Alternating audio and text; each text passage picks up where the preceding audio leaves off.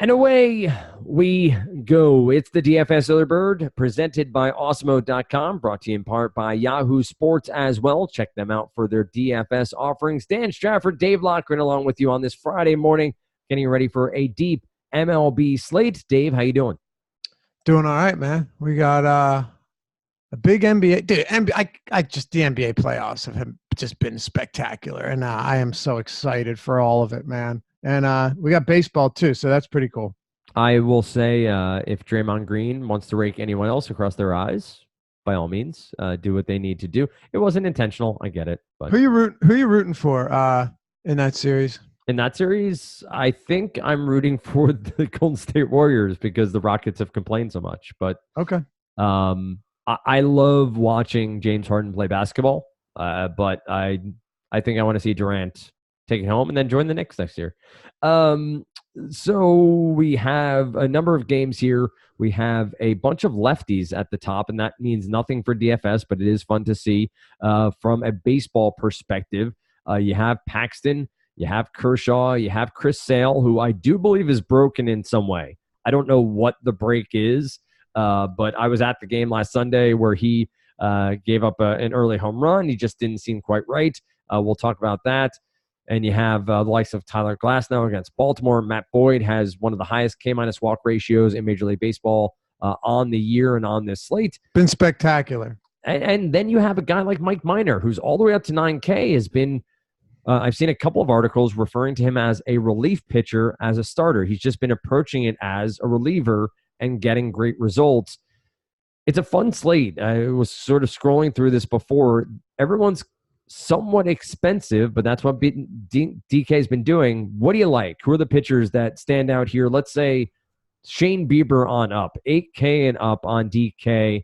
Who are the names that, with writing the deep dive on Friday, stand out to you? Can you do a favor for me, though, Dan? Of course. Can you stop rambling? I mean, 6 years, 5 years, whatever it's been. I don't know. It's kind of hardwired into who I am. I'm kidding. I love you. Paxton, I'm, you know this, man. I've been a Paxton truther, a huge Paxton fan for a long time. I think a lot of us have. Mm-hmm. But like he will have some bad starts. He is kind of like a low floor, ridiculously high ceiling pitcher. It's weird. But I won't even say low floor, lower floor than a lot of the highest tier guys. But he's just spectacular when he's on his stuff. He's got a fastball that he can move all over the zone, up, down, wherever you want it.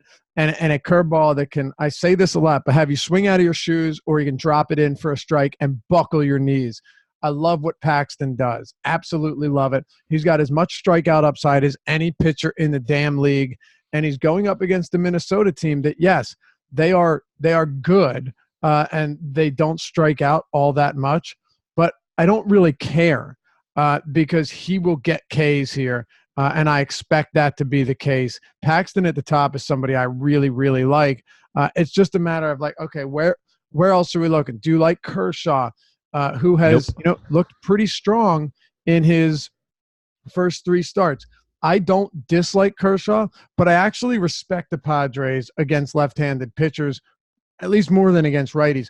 Kershaw's getting a lot of swinging strikes this season.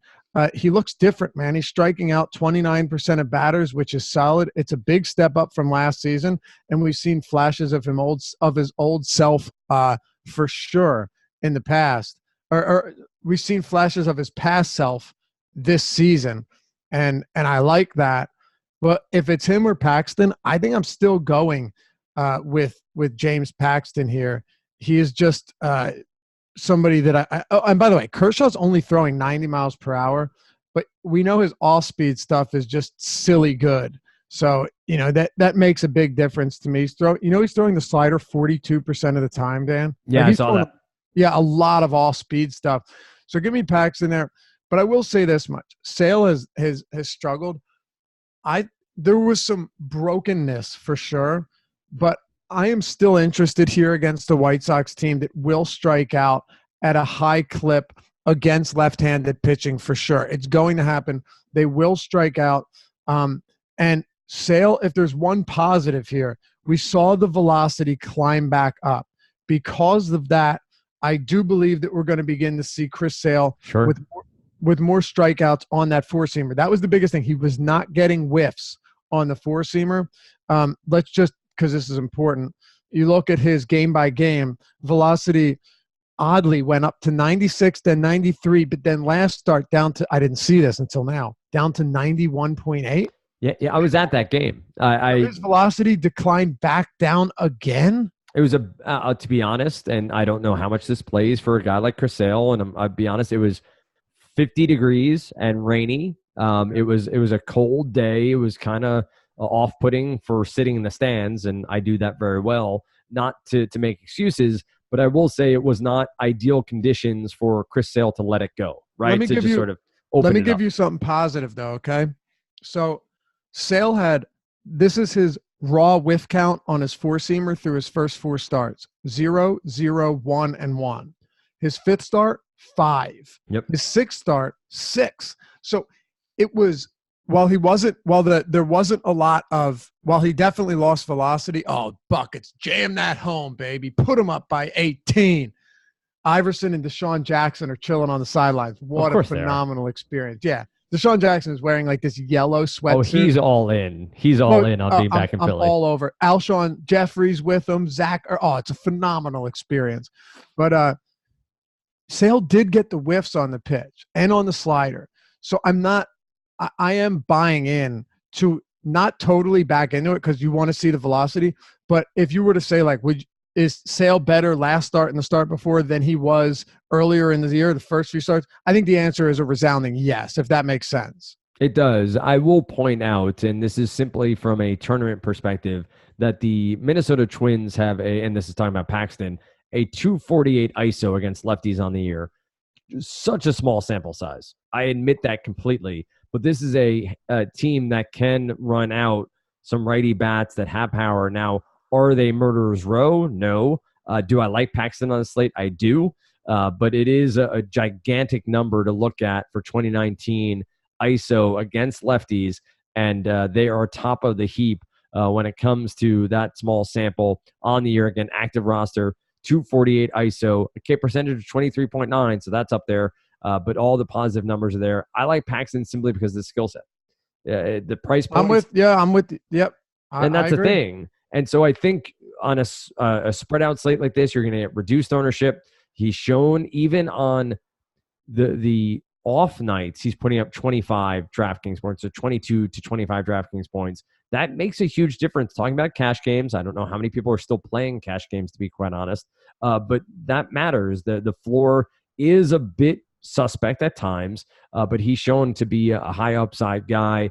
We went through Paxton, Kershaw, Sale. He has a 15% swinging strike rate this season, by the way. Yeah, and it's K-minus walk is up there too, along with Boyd. He's top of the heap. Paxton's at 29.1% K-minus walk ratio. Boyd's right in second place at 25.2, and then my favorite pitcher of all time, Sonny Gray, is 23.5%. Yeah. If you look at the cutter and the curveball too, and you look at the amount of bats they're missing, I mean, 21% on the cutter, 18% on the curveball, 14% on the fastball. Any given night, he can rack up 15 Ks. Seriously. No, I'm right there with you, and I think there's upside even at 10-3. DK pricing has been compressed, not suppressed, but compressed, where you have not as high the high end, but a lot of these pitchers are between 10 and 8 to try to really force your hand on taking a cheaper SP2 or really going cheap on your bats, which has been a fun time, honestly. I've enjoyed playing on DraftKings over the past few. I've enjoyed also getting used to Yahoo's pricing as well with the SP2, but also a variety of different cheap options that really make a difference over there. Let's go through the next tier. You have Glasnow, Boyd, Minor, who I've liked a lot. Gausman is 8-4, and Sonny Gray and Shane Bieber. Glasnow has upside against Baltimore, clearly, but he's 9,600. Walks have been his problem in the past. Boyd has been really solid, K-minus walk, and Kansas City doesn't have a ton outside of a Jorge Soler from the right side that really strikes fear into you. And he's Jorge Soler, so he strikes out a lot. Minor, Gausman, Sonny Gray, Bieber. Would you drop down off of Paxton, Kershaw, Sale to any of these guys before moving on to the mid-tier? So check this out. Glasnow's walk rate this year is 5%. Yep. every other year, and by the way, I hate to say, oh, I was a truther of this guy and that guy, but if there's one guy I that mean, I just was like, own it. I mean, you were, so it's okay, so yeah, I'm not just making things up. Like Glasnow is a guy that I took my lumps on. Glasnow, Paxton, Snell would be the Yep, three. Yeah. yep, and Barrios, but particularly Glasnow because I just believed that the stuff was there, and it never really came around until the end of last year, and then you said, wait, he might actually have it. The walk rate being down as it is, though, is really encouraging, man. The question is, do we pay this much for Glasnow? And that's a tough question, right? Because you have Chris Sale at $300 more, but Glasnow has been better than Sale this year on the whole. Yep. Paxton's not that much more expensive. So when I'm looking at all of these guys, first of all, Mike Minor's been very good. Like he's been really, really good. I still can't put him above the other guys above the 9K range tonight. I can't. It's tough. He's been excellent. And if you wanted to do it, I wouldn't blame you for it. But I believe more in the actual stuff of Paxton, Kershaw, Sale to Glasnow, and Boyd. I believe that Mike Minor's made some serious adjustments, but I even think Boyd here, from what we've seen, the strikeout stuff is real. His breaking stuff is legit. Like someone asked me on SiriusXM when I filled in on the GM and Komish if I thought Boyd would finish with 150 above 150. I said he'll finish with more than 200, and I still believe he will. I mean, he's got 50 already. He's got 48 already in 6 starts. Yeah, absolutely. But that was after his first start. It's a really interesting start for Boyd too, because there's a lot of strikeouts against lefties for this team. If you were to say that Paxton or Kershaw or Sale or Glasnow or Boyd would be in a winning tournament lineup, I wouldn't be surprised. Yeah, it feels like the top end here is actually a lot deeper than if you were to take a first glance. There's not your typical ace. Sale, I guess I should take that back. Sale would fit that category for the most part, but he's been pretty rough this year. You don't have the names you typically look to here in a Scherzer or DeGrom or some of the guys that you'd say is a far away an ace.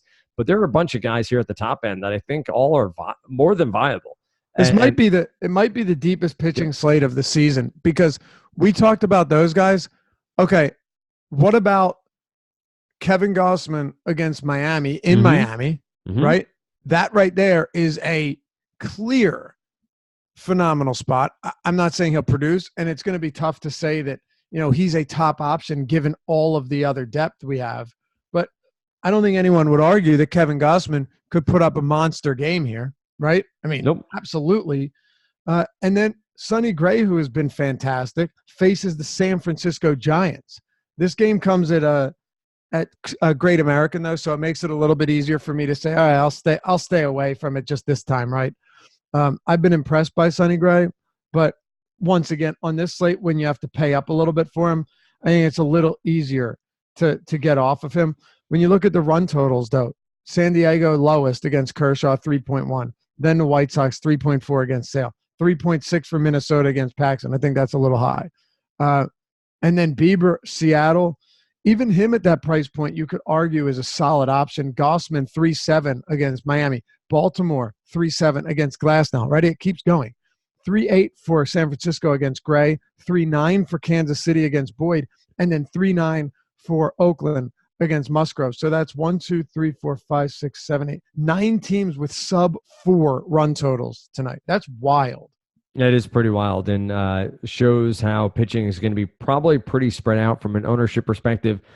You all know me. I'm not much of a shill for whatever site I work for, but one of the great things that Awesemo.com does is the ownership projections. Now, are they 100% accurate? No. And I think Alex or Josh or any of these guys would admit that, but they help you hone in on where the masses are going. And on a slate like this, where pitching has a ton of options, I think ownership is going to really matter here. And so you want to be in on that. Use the promo code EARLYBIRD, get you 50% off your first month and get you in to using Awesemo.com. Looking at the idea of a Shane Bieber. Bieber's walks have concerned me a little bit of late, and I'll point that out just simply as maybe a slight detraction from him. The Mariners on the year are averaging or getting a 10.1% walk ratio against right-handed pitchers.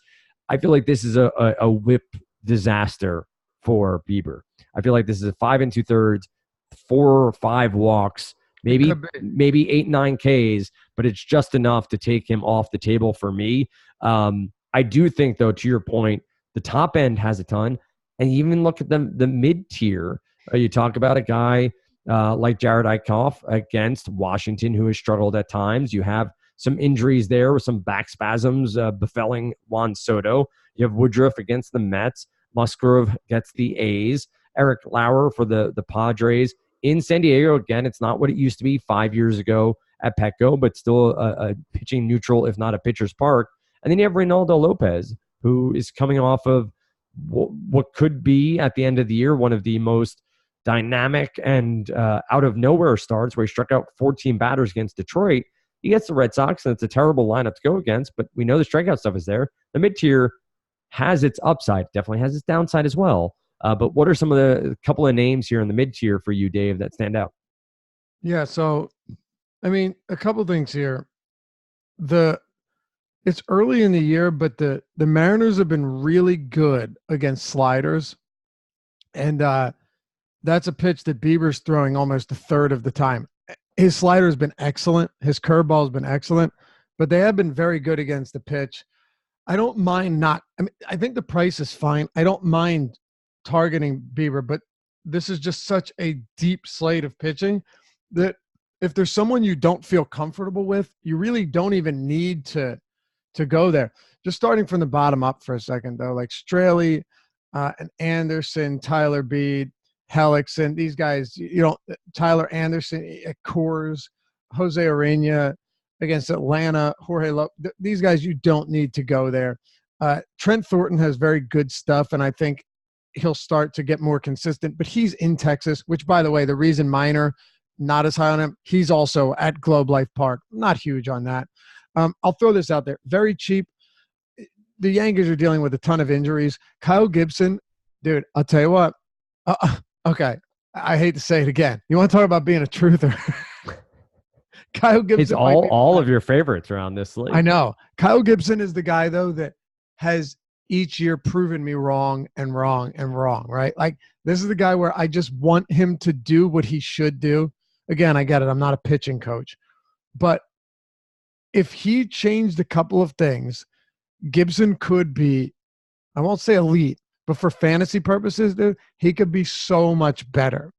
And we saw his last 2 starts went really well. Yes, both of them against Baltimore. I get it. But against a banged-up Yankees team, it's not crazy to think that as a cheap option, he could give you some value down there. You mentioned Lopez, the 14 Ks. That was nuts. That came out of nowhere. Well, I mean, the talent's been there. He's the kind of arm where you hear scouts say, "Oh, the stuff." He's but still 14. Stuff. The 14 is what he looked dynamic. Yeah, I mean that. You know what his he had a 19% swinging strike rate in that game, 13% the game before that, 11.5 the game before that. Look, I'm still not going to go there today against Boston. I just don't see the strikeouts being there, but pay very close attention to him going forward, because what we're seeing is somebody that might finally be finding himself, finally be evolving and maturing into a really strong arm. And you mentioned Eichhoff. Listen, Eichhoff's been excellent too. Eichhoff has good stuff. Mm-hmm. Look at his swinging strike rates. Look at his strikeout rates. Look at the whiff rates that he gets. They're very good. Against Washington, though, do you need to go there? Probably not. And I think that's kind of the question that's worth asking on this slate. You might like a guy, might be a decent spot, but ask yourself, is it necessary to go there on a slate where we have so much good pitching? And you may be able to answer that question simply by asking, which bats do I want to target, and are they very expensive?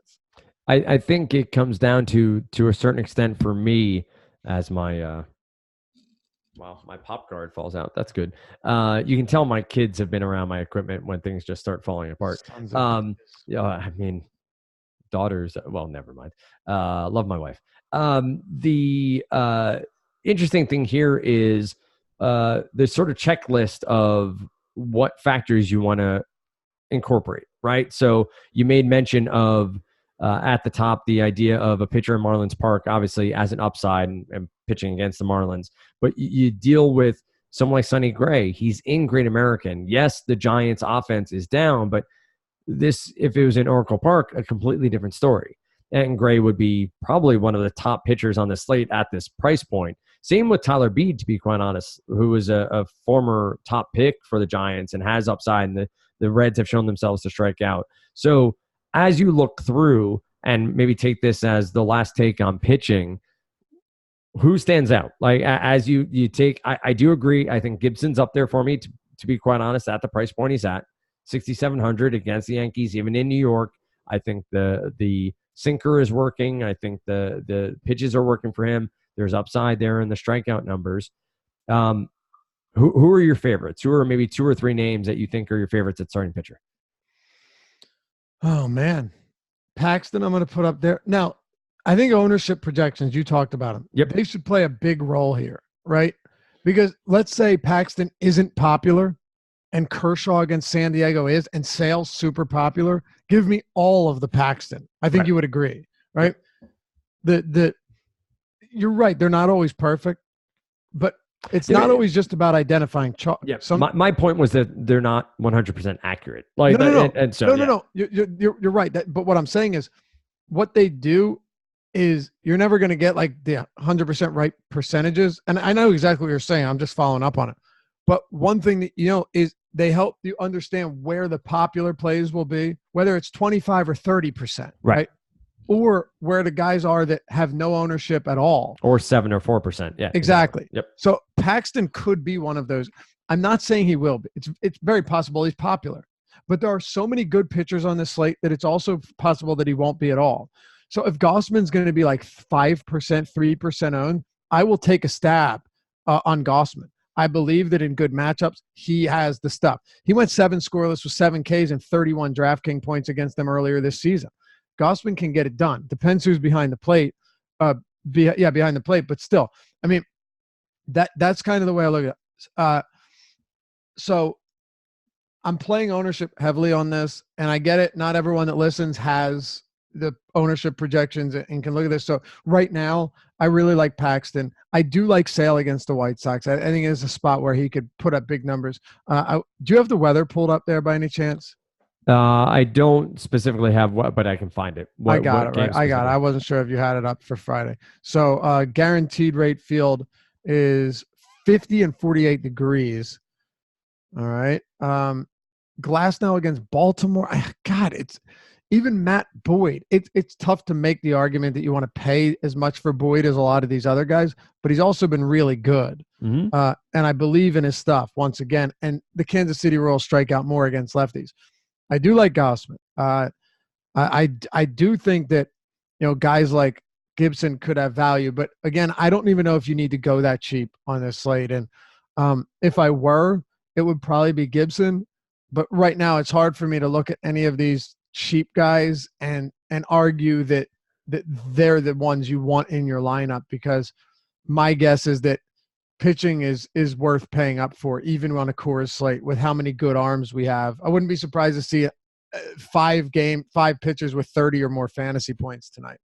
Over on FanDuel, just to run through this, 11-3 for Kershaw, 10-5 for Glasnow, 10-4 for Boyd, Paxton at 10-3, Sale at 9,900, Miners 92, Bieber at 94. Sorry, jumped over him. Eichhoff is 8,600.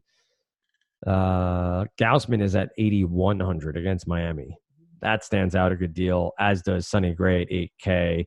Gibson's at 7,900. So the mid-tier on FanDuel seems a bit enticing as well, as we quickly run through. What I want to do here, Dave has your deep dive Monday, Wednesday, Friday. So he has it for you on Friday. You've heard the pitching take. This is our first run through this slate. Want to get your take quickly on the other side. You did a little bit of it, Dave. The stacks, the offenses that stand out to you a bit here, you're going to write them up. You go position by position on the write-up. To read that, you need to be a member. But you do have the live show, the MLB Strategy Show with Adam and Josh in the morning. And then you get the deep dive at 5 p.m. over there on YouTube. And that is Adam and Lofty. And again, that matters if Adam's internet connection is actually working. Yes, for sure. I mean, you could upgrade. I mean, Adam, you could maybe a MiFi, something like that. But nonetheless, you get those as well. So we understand that not everybody who listens to this podcast is a subscriber. We'd love for you all to be, but you do still get their takes for free over there. The projections, the lineup builder, Fantasy Cruncher add-on, all those available behind the paywall over at awesemo.com. What stacks are you looking at? What offenses stand out to you here as offenses that you want to be on at least early on here on Friday slate? So it's funny, right? You have Coors, but I have respect for both of these pitchers. Yep, absolutely right. Yep. It doesn't mean that Coors can't go off, and unsurprisingly, both of the highest implied totals are at Coors. Arizona. What are we at? Like 10.5, 11 overall? Yeah, 11 total, 5.6 for Arizona, 5.5 for Colorado. I get it. I totally get it. But it's not one of the. It's neither of them are matchups where you're chomping at the bit, right? Like just to make sure that you load up on that. And I know we talked about cheap pitchers. I guess it's only right to mention that Robbie Ray does have a ridiculous amount of strikeout upside, and he is somebody, excuse me, that throws his slider. Cheers. Thanks. 33% of the time. The slider is not nearly as impacted negatively at Coors Field. So if you were to say, like, where is the highest upside for cheap pitchers and I want to pay up for bats, Robbie Ray at 7,500. The guy is well over a K per inning guy. We know that, right? Like, he has a 9K game this year, a 10 strikeout game. He can mount some monster totals. I get that it's sketchy, but if there was a guy that you want to roster at Coors and you're getting a massive discount on him, sure. I'm just telling you right now that Robbie Ray would be one of those guys that stands out. He's $31 on Yahoo as well. So if you're looking for a punt or, lower mid-range, Robbie Ray would be my guy. I don't fade a pitcher just because he's at Coors. There have to be, other reasons for that. And while he could still get tuned up, while you'll still want some Colorado exposure, Robbie Ray going 6 innings with 10 Ks would not surprise anybody. So, all right. Outside of that, I think Texas against Thornton is great. Thornton's, we talk about the spin rate and everything on that curveball, but it's not getting a ton of misses. You have so many good lefties on this on this Texas team that it's really going to be difficult not to like them quite a bit. Trent Thornton still has a long way to go before he's great or even good. He's allowing a 392 WOBA to lefties this year, an ISO of almost 350, and 2.5 home runs per 9. So while he's getting strikeouts, he's giving up a ton of power and a lot of hard contact, particularly to lefties. This is one of those spots that could really be bad for him. I would argue that the spot for the Rangers, I actually like it better than I like the spot for Coors Field. 68 degrees at Coors, at Globe Life 71, so nothing crazy in either spot. But, man, I really like these Texas bats tonight. Aside from that, Milwaukee righties against Mats. It's in Milwaukee. Mats has been pretty decent, but I still, Braun and guys, Braun right now is very affordable. 4,100 on DraftKings. Aguilar's $3,800. Lorenzo Cain's 43. So this is one of these spots where you can go expensive at pitcher and still get really talented, power-laden righties at a great park against the lefty that isn't bad, but also gives up a lot of power. Yep, that makes a whole lot of sense to me. It's, you go through scrolling. I would love to call out the White Sox as an upside play. If sales velocity is truly down, but their ISO and their numbers against lefties haven't been all that great. You have these righty bats on this team, but they're not standing out incredibly. Any off the radar plays or teams against better pitchers? Would you go to the Padres? Would you go to a team against a Kershaw, even though he's been pitching fairly well at a diminished velocity? Kansas City? Nah, because with Kershaw, he still isn't a guy that I don't think he's going to give up a lot of power in a single game. It's an interesting point, though. No, it's a good point because you have a lot of righty power heavy bats on this team, and they're all going to be cheap. Will Myers, Franmil Reyes are very cheap. Hunter Renfroe's discounted. I don't think it's crazy, but I also don't know if it's necessary either. Yep. You have Tyler Beede on the mound for San Francisco. This is kind of interesting because, as we know, Cincinnati has not been very good offensively. It would be interesting to see, how they can perform at Great American here. I'm very interested to see it. Beede only had a small cup of coffee at the major league level last year. Former number 47 pick in like 2016, 2017. He was a higher level talent. Yeah. I mean, his fastball and changeup grade out, okay, not bad. It'll be interesting to see. Again, I really don't know what to make of this. Right now they have a 4.8 total in this game. So you're not going to have to pay an egregious amount for them. Look, you're going to have a lot of bats to target in this game. And the great thing about the slate, Dan, I don't think if you want cores, if you want certain bats, you're going to have to pay for them. If you want, Texas bats, you're going to have to pay for them. But there's also other teams like Milwaukee righties that stand out as discounted plays, but also have, 4 or 5 home run upside as a team. Joey Votto on Friday will go 1 for 2 with 2 walks and a home run. I would take that. That is my call against Tyler Beede. And I like Beede, honestly. I've looked at his minor league numbers. I think he has a legitimate shot to be a mid rotation arm for the San Francisco Giants, but in Oracle Park. He's Chris Heston. Like he's the guy that I want in Oracle Park, not outside. He's Jeff Samardzija, whoever it may be. Is it Beede? Is the E pronounced? I'm going to go with it until I'm told otherwise. Huh. I was calling him Tyler Beede. I mean, we have Baseball Reference while we're here. No, they don't have it. I already looked. Oh, really? All right, fair enough. That's going to do it. Again, trying to take a first look here on the podcast, get you a running start at the slate. Dave has your deep dive every Monday, Wednesday, Friday at roadosmo.com. That is behind the paywall. You need to be a member. Use the promo code EarlyBird. Gets you 50% off your first month. If you are looking to find Dave on Twitter, it's at Lofty_D, LOUGHY_D. He's on Sirius XM, Sirius 210, XM 87. Every Saturday and Sunday, that is at 5 to 7 currently. What time? Sorry, what's that? What time is the show at these days? Sirius XM. 5 p.m. Eastern time, Saturday and Sunday. By the way, you are right. It is Beede. There you go. See, every once in a while, give me the American. Give me the American names. Everything's fine. Credit where credit's due. Eastern European and NBA, not so much. Yeah, you struggle with those. And I am wrong. You are right. Sir. And Arenado for so long, I added extra letters into, but that's fine. Find me on Twitter if you so choose. Called him Arredondo. Yeah, that's for a while, for like a full year. Find me at Dan Strafford, DANSTRAFFORD. I hope I spell my own name right.